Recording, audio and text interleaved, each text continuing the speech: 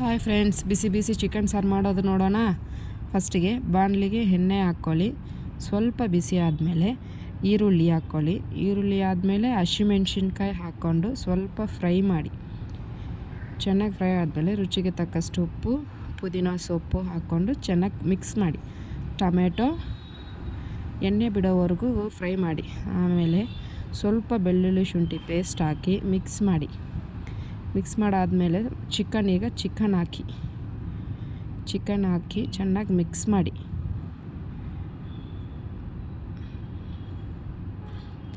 ಸ್ವಲ್ಪ ಅಚ್ಚ ಖಾರದ ಪುಡಿ, ನಿಮಗೆ ಎಷ್ಟು ಖಾರ ತಿಂತೀರೋ ಅಷ್ಟು ಅಚ್ಚ ಖಾರದ ಪುಡಿ, ಧನಿಯಾ ಪುಡಿ, ಸ್ವಲ್ಪ ಗರಂ ಮಸಾಲ ಇಷ್ಟನ್ನು ಹಾಕ್ಕೊಂಡು ಚೆನ್ನಾಗಿ ಮಿಕ್ಸ್ ಮಾಡಿಕೊಳ್ಳಿ.